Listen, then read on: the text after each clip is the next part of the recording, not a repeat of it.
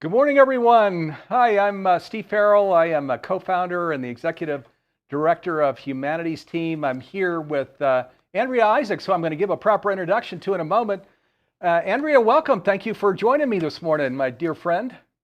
Well, hi, Steve. It's a delight to be here with you. Thank you for having me. All right. Oh, gosh. And this is a really important program, folks. So get ready. Yeah. And big shout out to all of you guys there on stream. We can see you in the green room. Nice to have friends here live with us, so we're not just chatting into the camera. Also, we can't see all of you out there on Zoom, on social media. So to Andrea Isaacs friends, Humanities Team friends, Humanities Stream subscribers, they're the ones in the green room with us, and they can actually come on camera with Andrea if they'd like here during the hours. So big shout out to all of you.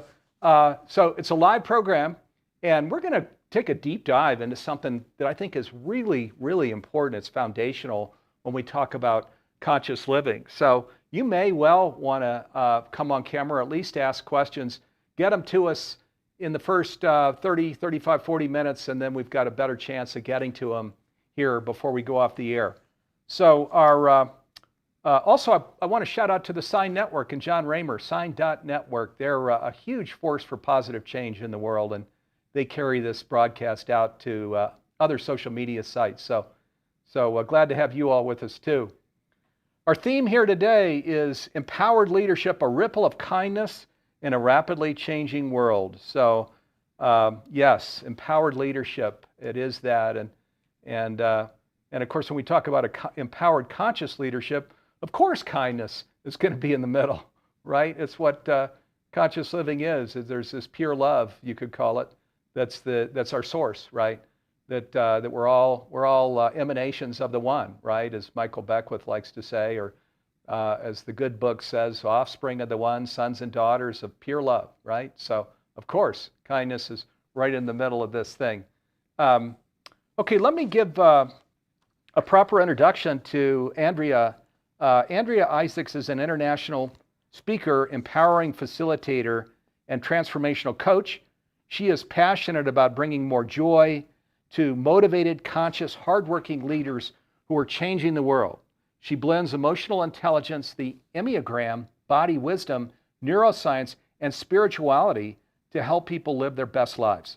In these times of constant change, global upheaval, and challenging world conditions, Andrea's expertise in emotional mastery is not just an asset, it's a necessity.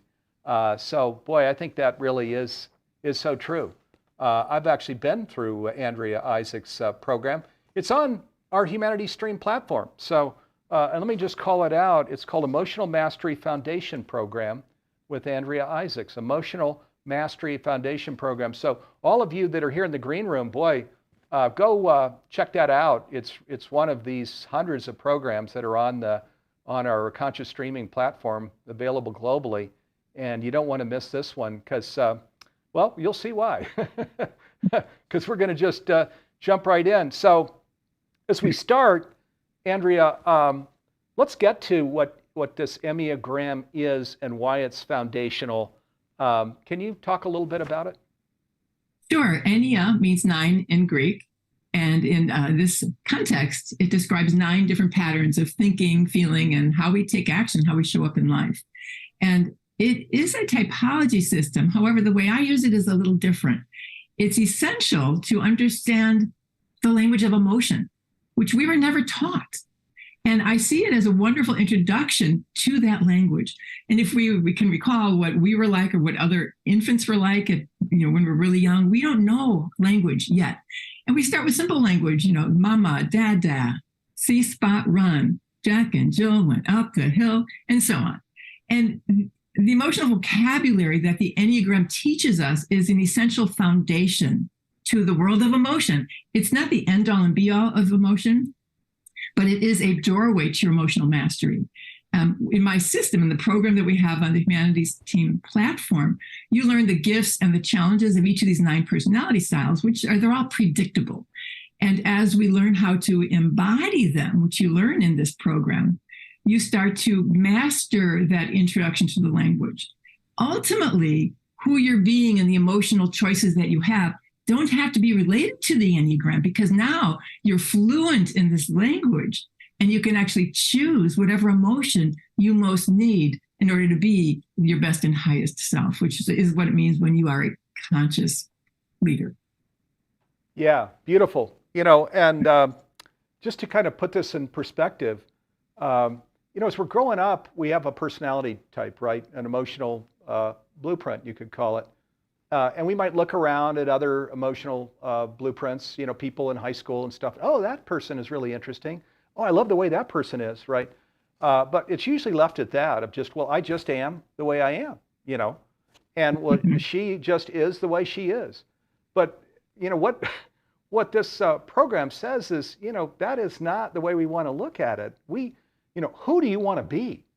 Who do you want to grow into? And yes, let's start with who we are, for sure. That's why this is starting with just this kind of root system, these 9 types. You fill out a survey that really comes back with, okay, here's where you are. All these lives that you've had, right? We're conscious journey. We know we've had many lives. And we've grown into this. This is our starting point. Boom, right here, right now. And then we look at it, and you know what? There's a roadmap to all of these other things: more confident, more joyful, more proactive, et cetera, right? So this is why I love this system. But I know I'm Andrea here is the professor of this. So let me come back over to her. Sure, I want to comment on several things that you said. I've also heard people say, well, that's just the way I am. That, take it or leave it, that's me. And that I would not call being emotionally flexible. I think emotional intelligence or emotional mastery is not having to be the way you always were, because the brain has neuroplasticity. And I love this image. That's a big word, but look at it this way.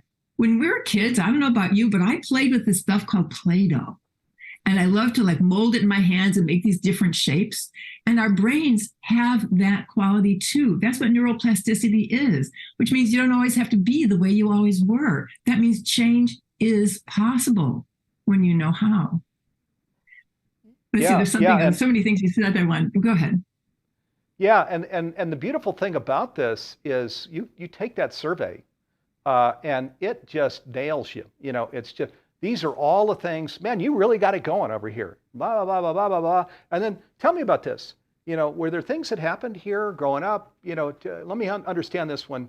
How does this feel for you? What's going on here? And then you uncover, bam, there you've got your, it's like the AAA roadmap, right? One is it's fine. So you're a beautiful person and just be who you want to be. But if you're conscious leadership, you want to just really, man, you want to be empowered. You want to stretch you into your highest and best self. Well, good. Here you go. Here's your, this is the old lexicon, right? The AAA roadmap. Now, none of us, I don't think we reached out to AAA anymore. We've got our phone. It's just, tell them, take a right, take a left. This is all available to us here as well. We could actually grow into, become more confident, more kind, more proactive, on and on. All of these things are a part of what this process is, right? One of the things you're addressing, which is really the keystone of my work, is that we can embody more of the gifts of all of the types and less of the challenges of all of them, because we all have different amounts of each of them. So it's not, again, just about what your type is. That's essential to know where you're coming from and the kinds of changes you most need. However, you can develop that capacity and that range and the flexibility to choose from all of it. And you mentioned the quiz. The blueprint that I see after you take the quiz, which only takes 5 minutes, shows me how you've shown up in your past and your present with your gifts and your challenges in all those areas, in 18 areas. And it also, and this is what's been so beautiful about how I work and how I coach, it's a roadmap for creating the future you want. Because if you want this, well, look at this challenge over here, or look at this gift that you haven't been utilizing. A lot of our gifts we don't see because it's so natural for us. We don't realize it's a gift. And so when I point out to people what their inherent gifts are, and when I see their unique combination of gifts that actually point to their life purpose or their North Star, they have this revelation about, oh, that's who I am. And they feel uplifted in it and just even empowered knowing that. Yeah, I get it. especially when I was younger, I was just, there are all kinds of self-discovery things going on. You know, one of the benefits of age is you really kind of get down of, oh, you know, you really understand that blueprint a little better in terms of what you love and where those challenges are and things. But that self-discovery where all the lights come on, so to speak, you know, where you really see it, it's beautiful. And especially where we're open to this notion of, you know, maybe we're not all kind of walking on water. Who is, right? So, but where we have, you know, a clear flashlight as to how we can pick up these things maybe that aren't total strengths right now. So, and that's what is provided at, you know, a little 5-minute quiz. My God, why would you not take this quiz and then go through this process? This program, again, is called Emotional Mastery Foundation Program. Great way to get started. Here during the hour, I'm sure Andrea is going to be sharing how you can reach out to her and do coaching and things with her too. She works with conscious leaders all over the world. So why don't we, let's go take a look at this. There's a video clip here from this Emotional Mastery Program. Let's go take a look at it, and then we'll come back and do a whole bunch more talking here.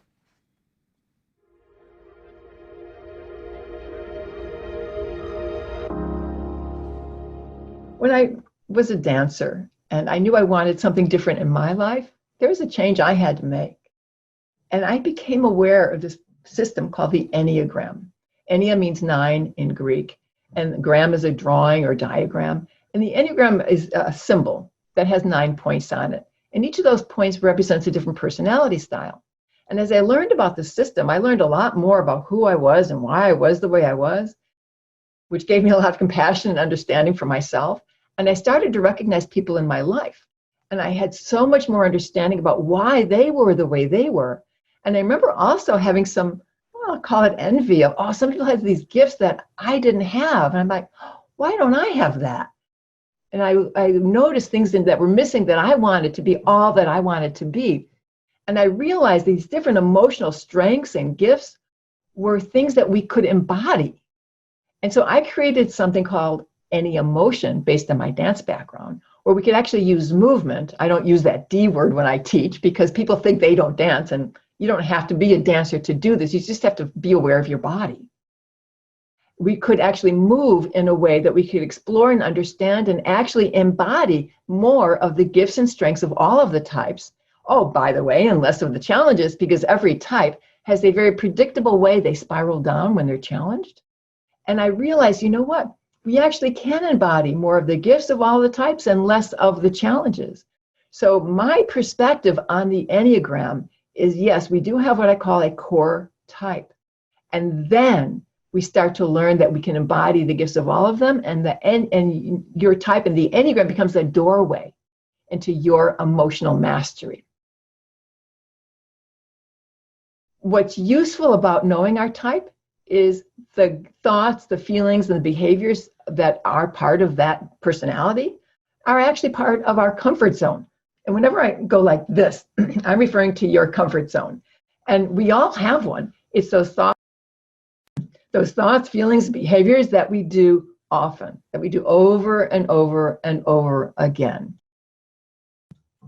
And just like our muscles get bigger and stronger when we go to the gym and work out, they get, really bigger and stronger. We have these neural pathways. Our neural pathways is the way our brain communicates with our body, and our body communicates with the brain. And so those thinking, feeling, and behavior patterns that we do often are just like lifting weights, because every time we lift weights and our muscles get bigger and stronger, every time we have that same thinking process, we have that same thought, we have that same emotion, that same emotional reaction. Every time we behave in a certain way, it could be the way you drive to work, the way you cook breakfast, the way you like to, whatever you do. All of those patterns are in your comfort zone. And the ones you repeat most often, those patterns get bigger, those neural pathways get bigger and stronger. And now what that means is the patterns that maybe represent things you want are, say, like confidence, patience, speaking up for yourself. Those are good patterns to have, right? Well, if those are in your comfort zone and those are really strong and healthy, that's great.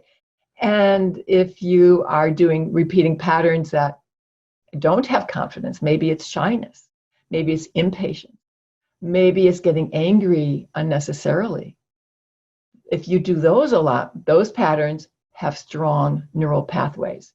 And every time you do them, they get stronger and stronger and stronger. And that is such an important reason about why change is difficult.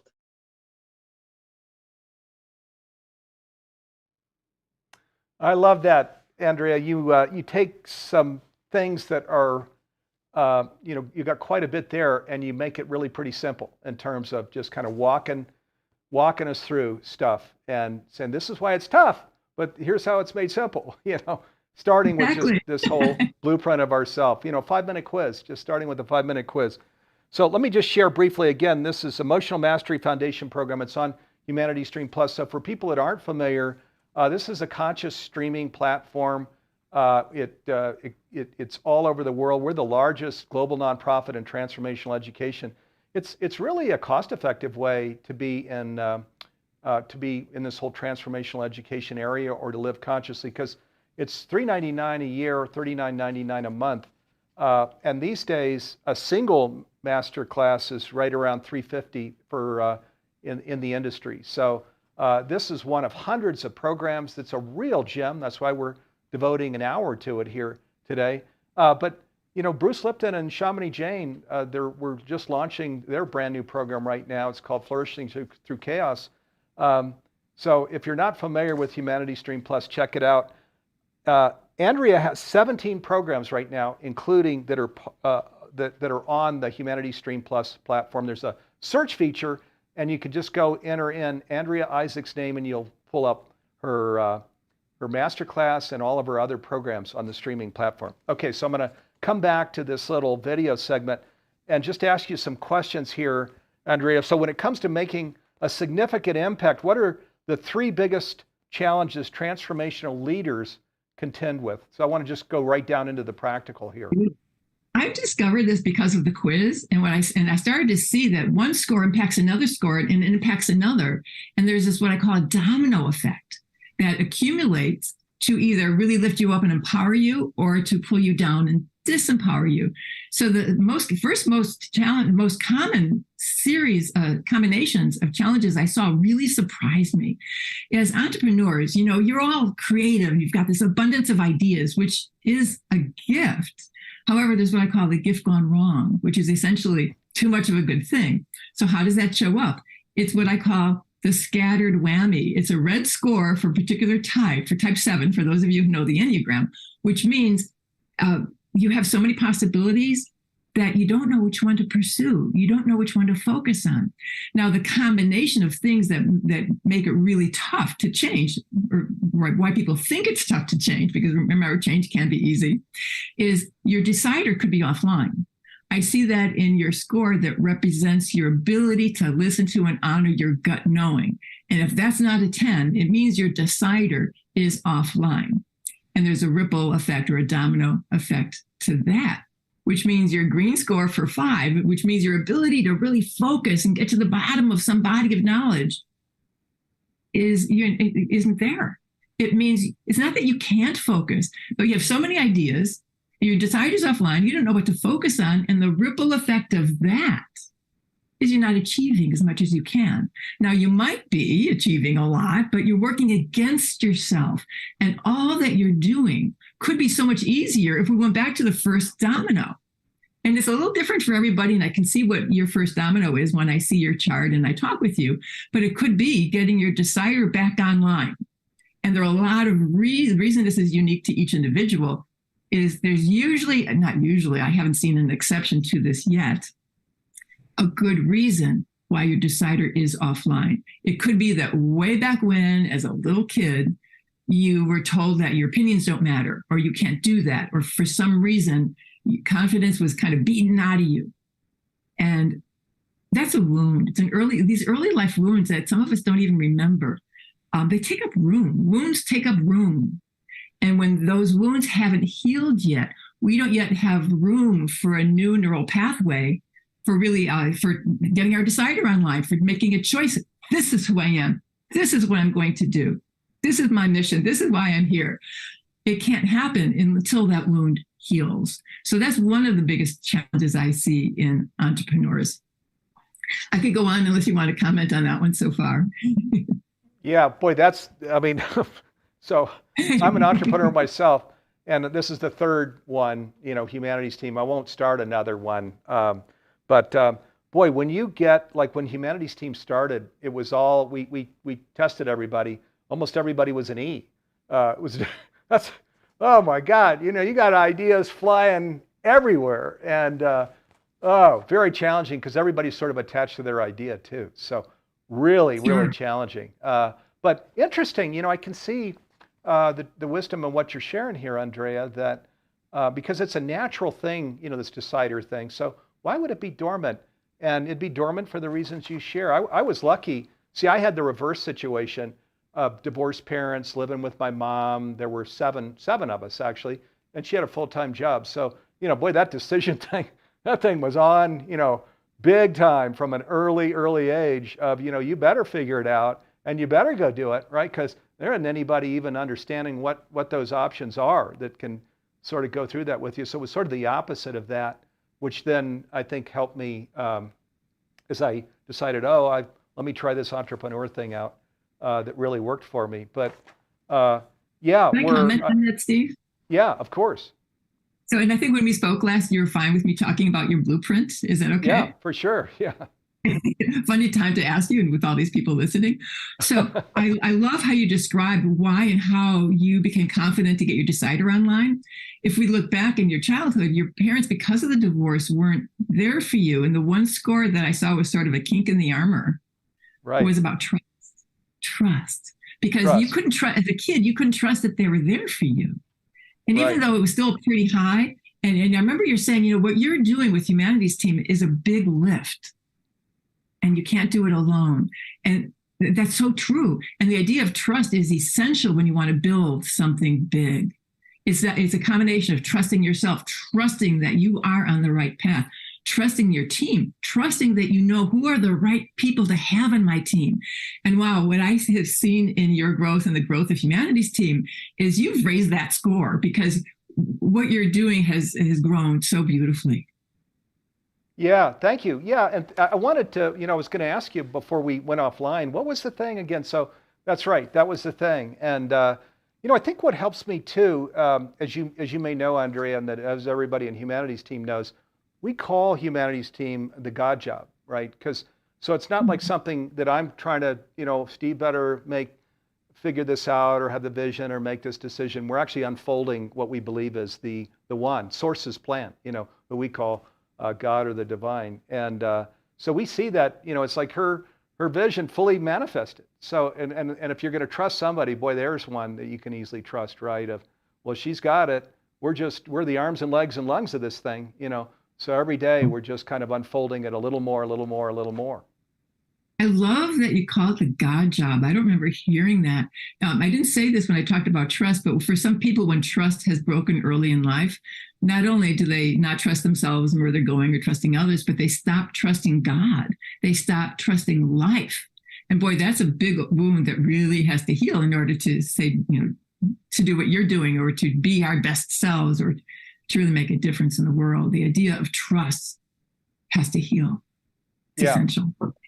Boy, and then just really letting her/his love and light, and another word for God is just pure love, right? That's kind of what God is pure love. So letting that in, and then we're emanations of her, right? So if we let it all in, it's just going to spill everywhere, because that's all she is, right?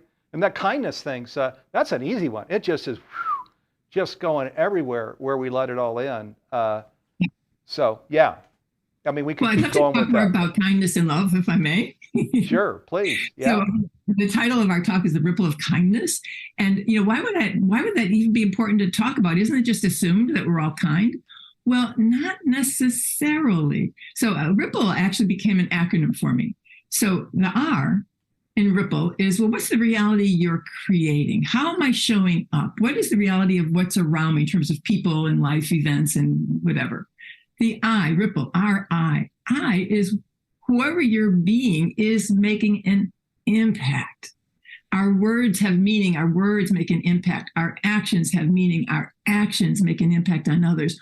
whether we know it or not, whether we intended or not, whether we intended consciously or not. We are always making an impact.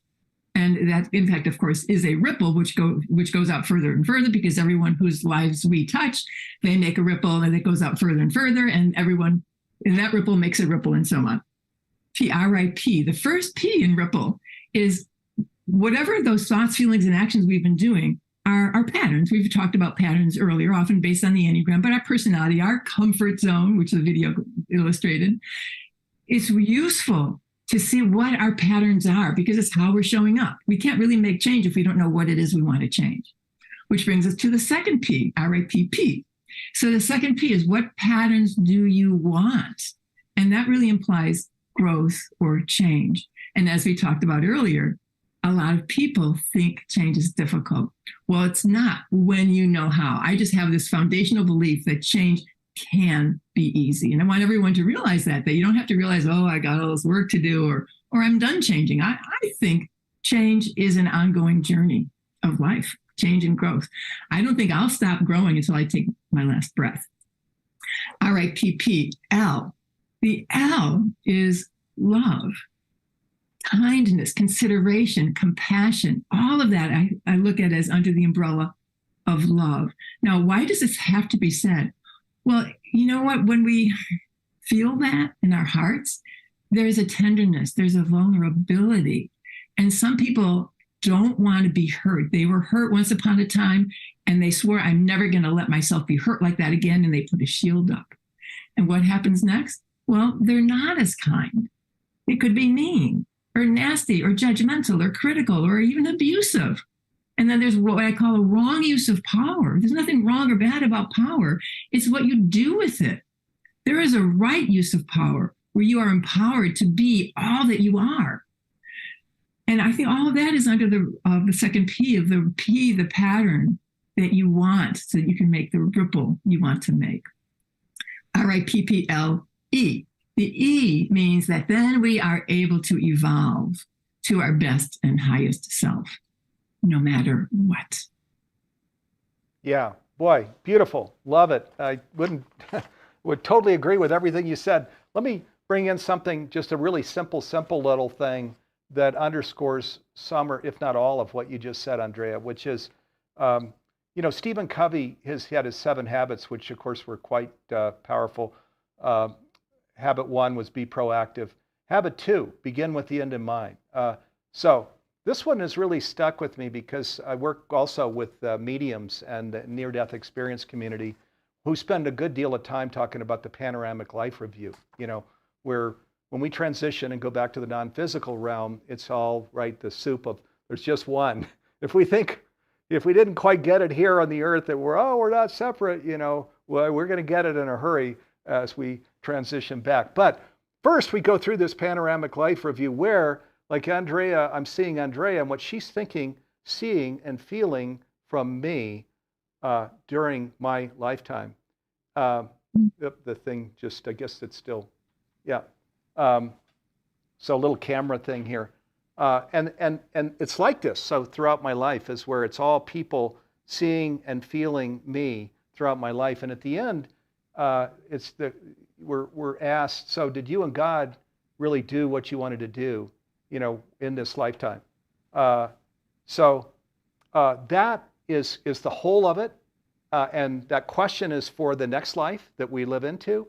So that can inform us. So in this life, because what mediums often share is there's so many that transition and go over to the other side. And after that panoramic life review, they're like, oh gosh, I didn't really totally get kind of what the life invitation was.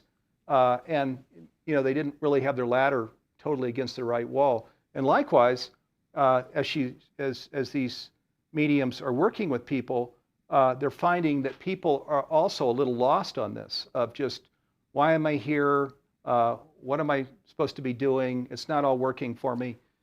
So what the mediums share is, God, wouldn't it be incredible if we could do like a life review right now, where people really got kind of this whole thing of other people that were around, how loving, how much in service, how truthful, etc. This is, when we talk about conscious living, in humanities team, this is a key thing that we talk about, just beginning with the end in mind. So we don't end up in this situation where we live a physical life that doesn't feel like it's quite getting us there. And then we go through this life review process where we, again, see the same thing of, wow, I didn't quite really get to where I wanted to in this life. Better go back next life and try again. So I'll just stop there. But wow, that was beautiful. I would think if I don't live what I'm here to do, if I don't see God at the end of my life and say, did we do it? That would be the biggest regret ever. I can't let that happen. Exactly. And I think, my God, why would I want to just delay, kick the can, to some next life? So that's why Enneagram, all these things I can do boy, Steve, there's this opportunity to grow into our biggest and best and most loving, impactful self. And wow, especially with what's going on in the world today, why would I not want to grow into that now? And is there any chance I want to just kick the can to some future life? And it's like, I absolutely don't want to do that. So that's why a program like this, Andrea, and where we're talking about emotional mastery, Enneagram, why it's really a beautiful thing, a powerful tool. Okay, so let me come back to you. Yeah, go ahead and sure. One of the ways the Enneagram changed me, so I was painfully shy as a kid, not just as a kid, I would say for decades. And one of those early life messages that was drilled into me was, you're stupid, wrong, and you don't belong. And I didn't know any better, so I thought it was true. I lived as if it were, even though, it hurt, I didn't like it. So fast forward to when I was a young adult, I became a professional dancer, which is, kind of funnily a nonverbal form. And it was a way of being where I felt connected to something outside myself for the first time ever. And I felt maybe I do belong on earth. Maybe I do belong in my body and doing this thing. But I was still really shy. And then I came across the Enneagram and I created the system and so on.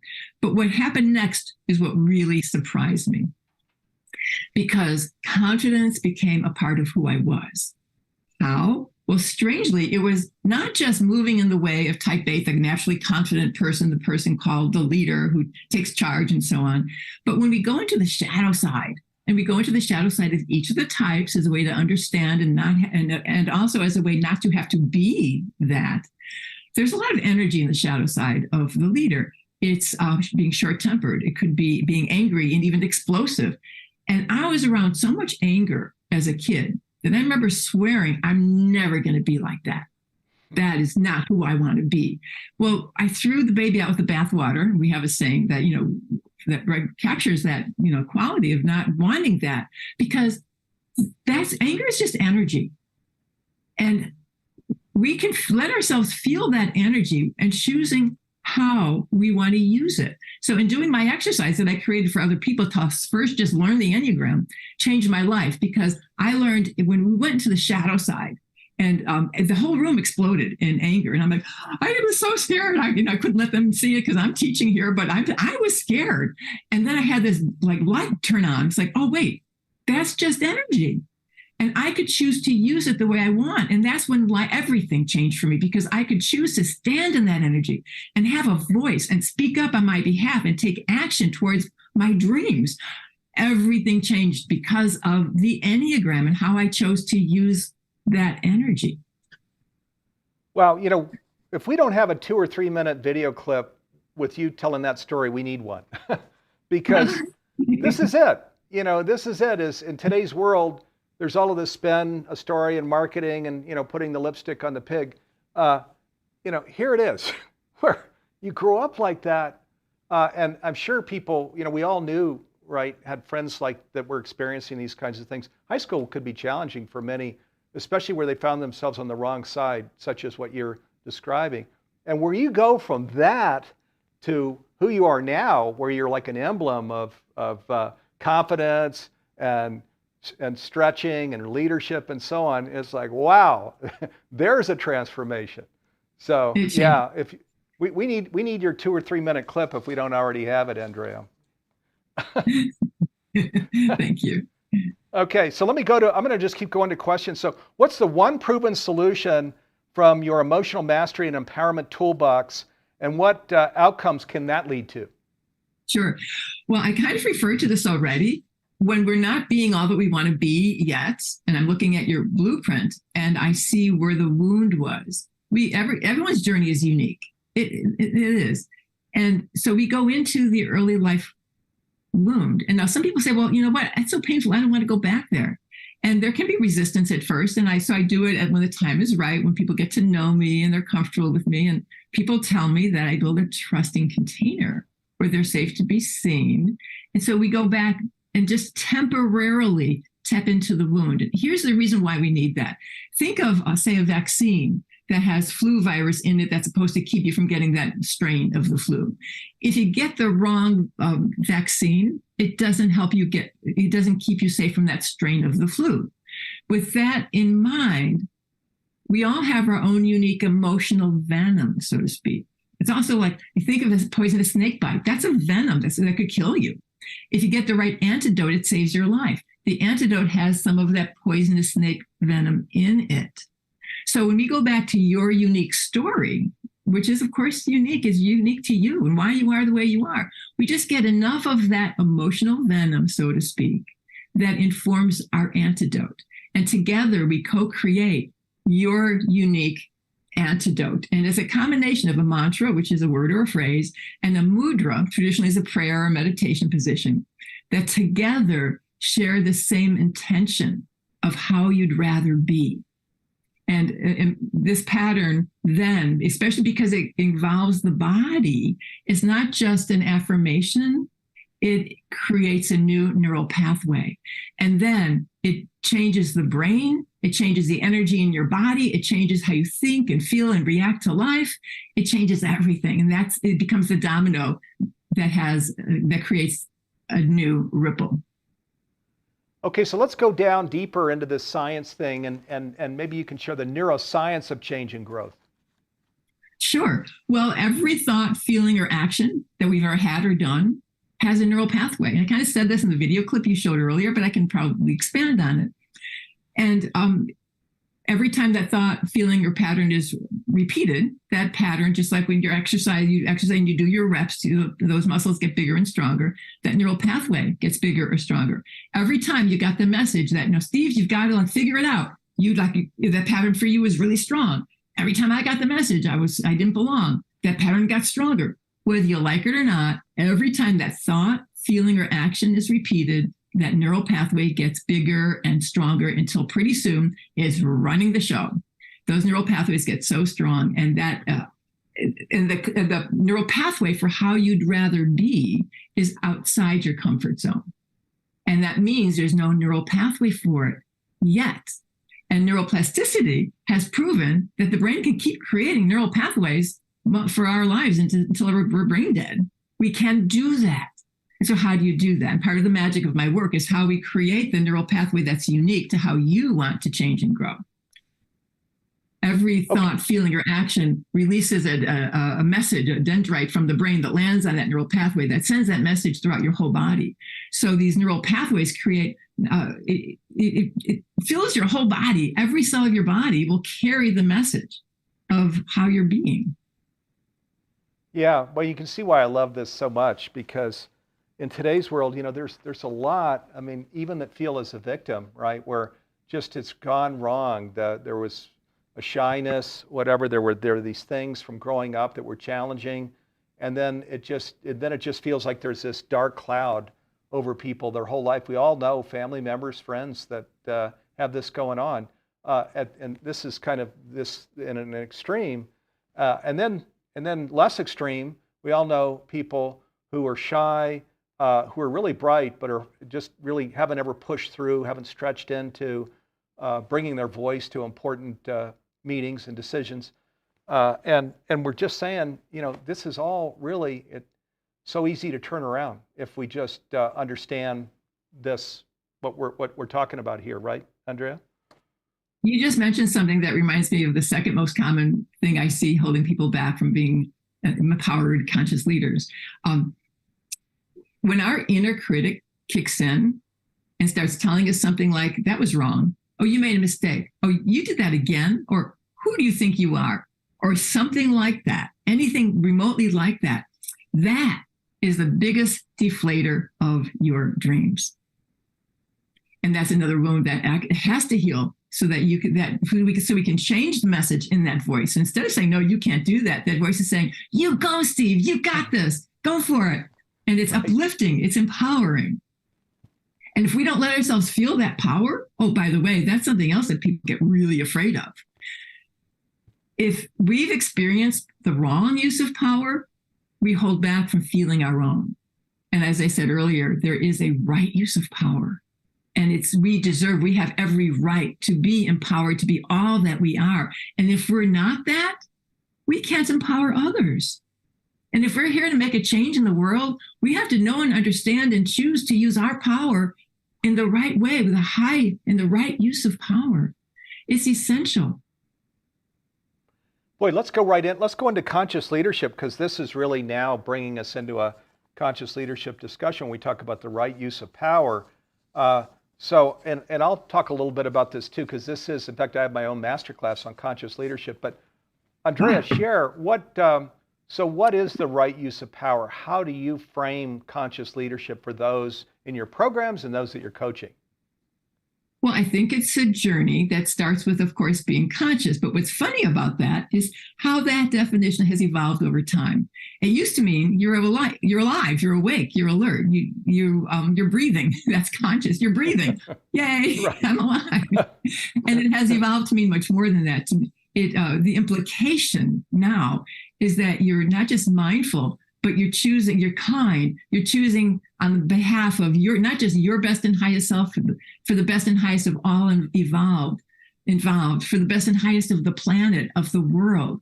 So consciousness, being conscious now implies all of that.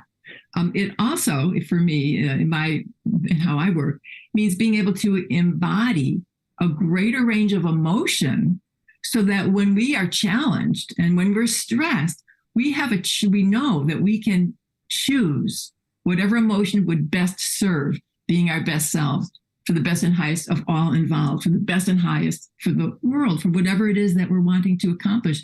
We have to embody that next bigger, bolder version of ourselves. And then we're empowered. We're empowered to empower others. We can't do that unless, as I said earlier, we let ourselves not just feel our power, but to choose to use it in the right and highest way. And then I just like this word just keeps popping up for me, which is evolving. So conscious leadership means evolving, and it means constantly evolving to be our best and highest selves. It's easy to be that if we're in meditation, or we're sitting on top of a mountain, or we're in nature, or having a conversation with a loved one. That's easy. How are we being when someone, something, or life pushes our buttons? That's when it really matters. And that's when we really need our tools. We need to have that emotional capacity, that emotional range and flexibility, which is what you learn in my program we have on your platform. That's when we need those tools so that we can respond to those challenging moments in a way that honors all that I've just said, being for the best possible outcome. Yeah, I love your definition. You've got a lot in there. Yeah, and I'll just, of course, we're inclusive, so we have the science-based programs and philosophy and embodied practices and spiritual and et cetera, on and on and on. But our from our founding 20 years ago, it's spirituality, was our basis, right? And Neil Donald Walsh was my co-founder here 20 years ago when we started Humanities Team in this beautiful, big global conversation. We all have conversations with God all the time. There's actually no separation, is what this oneness thing means, right? But there was a place for a global conversation with the challenges in the world. Why not invite everybody so who are we? How are we related to God? What's our invitation in life? These things. This was all in the Conversations with God book, and or books. There are actually 9 of them. And there's so much actually there that invites people to. But in the last book, the 9th book, called Awakening the Species, it's beautiful because it really lays out sort of where we are. And one of the things it says is that the hardest part of this journey to this whole conscious, sustainable, and flourishing planet is behind us. It's behind us, which most people wouldn't think that was necessarily true. But I've had a lot of time to reflect on that. I see it's true. And it says that we're only one decision away, from living in this really beautiful way that so many of us are, that is so delicious. So yeah, part of what we bring in is the spiritual basis to this, that we are, just as the good book says, offspring or emanations of the one, which means of pure love, which means that just as you're sharing, evolving, growing into our highest and grandest self always, that it's a never-ending journey. It's a ascending spiral staircase that we're walking up throughout our lives, and there's actually no upper limit to where we can go there. And the beautiful thing is in today's world, you brought in pushing your buttons, working through the pushing of your buttons, which is crucial because they'll get stopped if you can't do that. But the other thing is like with Humanity's team and these other beautiful endeavors out in the world, and yours, Andrea, with people that you're working with all over the world, if we can't grow into this highest and grandest self, if we can't keep and keep scaling the organization larger and larger and larger. Humanity's team, our thing is make conscious living pervasive worldwide by 2040 in 17 years. And we need to get scale. So we need to be confident as where all of these new people are coming on, and new systems and processes and countries and all these things. So that is, it's not only growing through pushing our buttons, it's growing through all of these issues that involve scale, more and more people. Trust is one in there, well, you better be trusting on a lot of people, because you got people from all over the world that are a part of this, and different backgrounds, and programmers and educators and video, and et cetera, et cetera. So, but I'm just going to leave it with, I love that definition. I love that. In fact, we're going to talk after this program, and I've got some ideas as to how we can work even more closely. Yeah, I love that definition, Andrea. You've meant talking about God is bringing up this other thought I want to share. So I've been on a spiritual path since, 1968 maybe. And it's become so much a part of me that I often forget to even talk about it. However, I've been allowing myself to do that lately, which is really sweet and precious. It kind of gradually entered my program as I started bringing meditation into it and so on. But this is what I want to say. What I've learned has happened with me and my clients is I'm accessing my higher self. And my higher self accesses you, or my client's higher self, and they have a conversation. Because when we're holding back, when we're not living as boldly as we want, or if we're not using power with the right use of power and being empowered and conscious and all of that, there are reasons. That's our small self. That's not our true self. Your higher self knows exactly your true nature, who you are when you're connected to God and to oneness. So when my higher self talks to your higher self, I get this download from your higher self that I love to type, and I type every word that your higher self tells me. And then we come back into our bodies, and I read you this glorious, beautiful message from your higher self that is your true self, who you're meant to be, and how you can actually step into and grow and be that. Yeah, amen. So that's beautiful. Yeah, and I get too that the spiritual, and God, it's just so ingrained and embodied in everything. It's almost like we can forget to talk about it. I like to bring it out just because there's so many people that don't, feel that love. They don't let that love in, and then they can't be an expression of it. And so we have to start with self-compassion, which, just to kind of let that love in, because we can love the whole world quite easily, where we let that love in, because we understand that's really that's the primary thing that we are at our basis is loving presence. Okay, I'm going to just keep going. Let me come back to client. Can you share examples of clients who have really just climbed the mountain? You have your own testimony is incredible, but business leaders and other clients.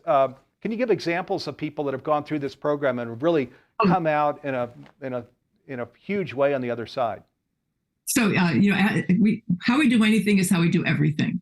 So some of the work that I have a couple of case studies that are just jumping to the forefront I want to share. One is with Mark, an entrepreneur. When he was beginning his entrepreneurial journey, he invested, like many of us do, 5 figures. It was inching towards 6 figures towards building, learning about business, learning about being an entrepreneur, and so on. And he wasn't making any money. And his wife was threatening divorce. If you do one more program, if you don't get a return on that investment, I'm out of here. And boy, that scared him, right? So he started to work with me. And what came up as his first domino was early in life taking on a whole lot of responsibility. And in high school, he was a football player, and he remembered carrying this like those football shoulder pads apparently are very heavy. I've never worn them, but I can imagine. He said it felt like I had the weight of those shoulder pads on me all the time. And he was like, oh, it was like such a weight he was carrying. So we went back and I had him embody that feeling he didn't like, because that was part of the building the antidote, right? And when he came out of that process, he said, I am a mountain of power and a supernova of love. And I was at his first live event after that, and he made his offer on stage. And I will tell you, he was a mountain of power and a supernova of love. And in that one event, he sold close to 6 figures. And then he broke 6 figures, and I think he's at 7 now, because he's done a lot of inner work, but the work he did with me was huge and really embodying his next bigger, bolder version of him. Wow, God, that's huge. Yeah, that's exciting. Beautiful. That's exciting. There's one other story I want to share with you. So many, but I'll just stick with one more for now. So this is a man who was a senior leader at a global corporation. He'd been in the company for over 20 years. He was known as a tough nut. And they had sent him to several anger management programs that did not work. So they sent him to me. So in our work together, I learned that early in life, he had a very abusive father. And he was emotionally and physically abusive. And, there's this thing we call parental role modeling. He thought that's what men do. So that's what he came to do in life. And he had been married and divorced 3 times because of his anger. And he had young children who were afraid of him. And at work, his anger came out. So when he told me his story, we did this healing work. And I never tell them what to do with their mantras and their mudras, but this is what he said. He stood up and he said, I dropped the baggage. And he just stood there for a moment. And I thought that by itself was pretty cool. And then he took a step forward and he said, and I step into the ring of emotion. And I thought he was going to say the boxing ring, because that's the kind of guy he was. I stepped into the ring of emotion. And I thought, oh boy, that's really, really cool. But he wasn't done. My whole heart is present. And he's cupping his heart in his hands.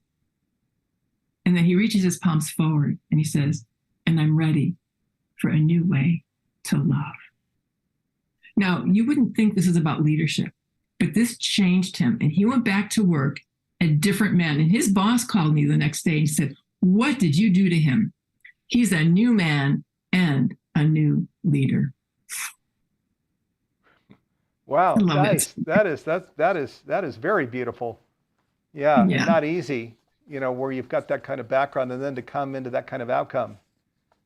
So I know. Very beautiful. So I thought, I'm getting a tough nut. Oh, I was a little nervous about it. But you know what? You believe in your work. Just do what you do. And that's what happened. There you go. Okay, so let me bring in, here's some questions. Jody says, my mother crossed over when I was 11. I don't see a way to live with the trauma, and that was 26 years ago. Any advice? Yeah, I have to talk to her to ask a lot more questions, but I would say, generically speaking, the trauma, of course, is still in you. It could be anger at abandoning you. It could be the grief. It could be what we talked about with you, Steve, is not trusting that they were there for you. Your mom wasn't there for you. That creates a hurt, a deep, deep wound. So the early life messages we need from our mother that she didn't get. And so if she and I did some work together, we would go back to that, not for a long time. It wouldn't be like so painful, but just enough to find out what she really needs to hear. Because there's a missing message that she needs not just to hear, to really let herself receive, to believe that, I'm here for you. There is, we could call it God, someone, there is a voice. It could be your inner guide that's there for you, that believes in you, that loves you to pieces and wants all the best for you. And that because of that early wound still being alive, she's not able to receive love today because her heart's protected for good reason. Yeah. And it doesn't have to stay that way. So, and this is where something like this would go, is we're just going to go back in time to kind of be with that and really experience that and just to let it heal back in time. That's kind of the nature of what you would do in this case? Yes. Andrea? Yeah. Yeah. Yeah. And again, the messages that she needs would be, what I just said is somewhat, it could be certainly useful. I hope it is. And also, as we go deeper, it gets really personalized. It's custom designed for each person, which is why what I'm offering, and I hope people in the humanities team can get access to a way to have a private coaching session with me, because it's in the private work or even the group calls. Because anyone who gets my program from your platform is eligible for 5 monthly group Q&A coaching calls. And those calls are so poignant and so profound in what people, not just what they learn, but there is a turnaround for everybody on the call. Whether you raise your hand and have a coaching process or you're witnessing one, I always guide the rest of the people there who are witnessing to walk themselves through the same steps, so everybody gets a turnaround. Yeah. Wow. So again, Emotional Mastery Foundation program, it's on the Humanity Stream Plus platform. And yes, I think it guides you right into that 5-month program that you do, doesn't it? At the end, it shares how you can get in touch with you. I might have to update the dates of the calls, because when we first put it in, I think I had the dates for that year. So I'm going to double check it and make sure that the dates are there so they have access. And that's important. Great. Yeah. And share now. How can people reach out to you, Andrea? Sure. Well, there are a few ways. One is take the quiz. Jim put the link in the chat, eqquiz.com, and you'll get your blueprint and you get an invitation to my calendar, which is when we talk. Or you can also go to my website, of course. It's my name, Andrea, with a hyphen, a short dash, Andrea-Isaacs, ISAACS.com. Fantastic. Okay. I'm sure you're going to hear from some people. So cool. Let me get to the next question. Reverend Jeffrey and Faith were living on the farm in Tennessee. I've been to the farm in Tennessee. I was a big fan of Stephen Gaskin back in the early 70s, so I'm familiar with that. Did you just saw that in the on the broadcast, or? It's in the chat and Zoom. Zoom okay. Chat. Yeah, I didn't see that one. So Paul says, what is likely to happen if less than 1 billion people join in this awareness? If less than? Less than. What does that even mean? Like one, if only joins? So, we're talking about conscious living and making conscious living pervasive worldwide by 2040. So 8 billion people here. And he's saying, what's it likely to happen if less than 1 billion people join in this awareness? I mean, I can take a shot at that. Let me answer first, and then Andrea, you can come in. So, I mentioned the 9th Conversations with God book. It's called Awaken the Species. So it says the hardest part of the journey's behind us. It says that this is the perfect time for advancement, and it capitalizes that because of what's going on in the world, right? This whole drumbeat of extreme weather, and we've got wars and all of these things. Saying what better time, right, than to make a choice of, boy, I think I'm gonna try this conscious thing out, where I go within and I create a daily practice and I commune with the One, and I take my Enneagram and really a self-assessment of who I am and grow into my highest possibility. I mean, is there a better time, right, than that right now? So, and pain pushes us, right? So, and right now, as we know, this term existential crisis is out there. We have kids, right, and youth, future generations coming into the world. It's important, right? It's no longer a luxury, this conscious living thing. One of the things we were sharing, kind of laughing about when we were in the green room before we came in, is even if the world didn't have any trouble at all, wasn't challenged, my God, we'd live consciously, because this is like the delicious way to live. I mean, this is where even sleep becomes a beautiful thing. But the world does actually have huge challenges. It's not a luxury. It's really a necessity. And so to that question, what would happen if 1 billion don't? Honestly, Paul, my honest answer is I don't see it. I think the hardest part is behind us. I think we're actually well on our way. It's not something the media covers, because if it bleeds, it leads, right? So it's unfortunate. That's kind of how media works. That's why we created Humanity Stream, and you can, this app on your iPhone. This is how I go through, Andrea and other people's programs. I'm just sitting, and I got a little extra time in the living room, or I was on a plane recently. Instead of watching mindless education, I'm in there in all of my video trainings. Hooray! Wow, I can get through 5 or 6 of them by the time we put down on the other side. So yeah. So I think it's happening. But what do you want to say to this, Andrea? Yeah, thank you. I would like to add a thought to that. I want us all to keep in mind that no matter what, whether it's a billion or less than a billion, we are still making a ripple. Yeah. Every one of us is going to continue to make a ripple. So the question is, what's the ripple you want to make? And to make a choice to be that ripple. Because if we're not less than a billion, we can keep rippling out there and we'll get there. Right. And we're beginning with the end in mind, right? That, then we go through that panoramic life review and we're witnessing all of these ripples. And as we're looking at feeling faces and people around us, they're like, oh my God, that feels so good. I'm so glad Andrea, was in my life here today, right? And it's this whole sequence of these things throughout our life. Is there any better way to end our life than that, right? So I'm with you. Okay, so, and we are out of time. I'm just reading here. So Reverend Jeffrey, hello from Francis House, a hospice home of great love here with my beloved Faith, my partner in many years, including being funders of the farm commune, in Tennessee, now in Syracuse, New Jersey. So you saw that earlier, yeah, and you were commenting on that from Reverend Jeffrey. So, hey, thanks for bringing that in. And Andrea knows the farm real well. So how cool is that? Yeah, yes. give our love here, Reverend Jeffrey, to everybody. All right. So, hey, beautiful. So go ahead and just your final share again how people can get in touch with you, Andrea. What a beautiful hour it's been.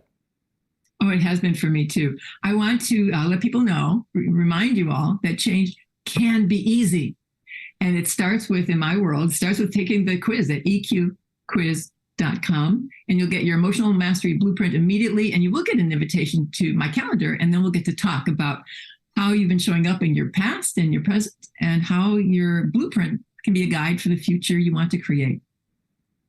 All right, fantastic. So invite people to do that. Why not? So, okay, now next Wednesday, I'm here with Carissa Sims, and we're going to be talking about these huge programs that are just around the corner on the 29th of November. So in 2 weeks, we're doing a big collaboration with partners event. We're framing it as awakening a conscious humanity, creating a sustainable and flourishing earth. And we've got all of the leaders from all of the movements coming in: Irvin Laszlo, Emmanuel Kunzelman with Hollow Movement, Ben with Unity Earth, Ben Bowler, Jude Curavan. There are 12 of them. So we gathered up all of them. So boy, you're going to want to be here with us next week as we talk about all of these coming programs. And then on November 29, with all of these leaders of these various movements. A week later, I'll be here with Neil Donald Walsh, and we're going to talk about this whole Changing Humanity's Future initiative in today's world, and just kind of share our heart perspective. And then the very next day, on December 7th, Thursday, December 7th, we've got our big global gathering where we've got Suzanne Giesman, Deborah Poneman, all of these leaders coming in to update you on this Changing Humanity's Future initiative, where we share how far we've come and still, our North Star, where we're going. So join us. These are all events that are all right around the corner. And of course, here in the U.S., we've got Thanksgiving a week from tomorrow too. So boy, I want you all to enjoy your time with family and friends then. Okay, as we close, I want to thank Andrea Isaacs, who's just terrific. So amazing to be with you today, Andrea. Also my team, Jim Gray, who's here in the studio with us, will, I think, be able to back up the camera, and you'll kind of see that's me on the couch. That's Jim over there. Jim, thank you for leading us through an event without many snags at all. Garth Catterall, Nanette Kennedy, Dee Meyer, Andy Guski, Karen Watson. So all of the my partners, colleagues here in the Humanities team, thank you guys for helping to make this program possible. And then to viewers, thanks for spending this time with us. What an incredible hour it's been. Looking forward to being back with you the day before Thanksgiving, next Wednesday. And peace and love and blessings to all of you. Okay, have a great day, everybody.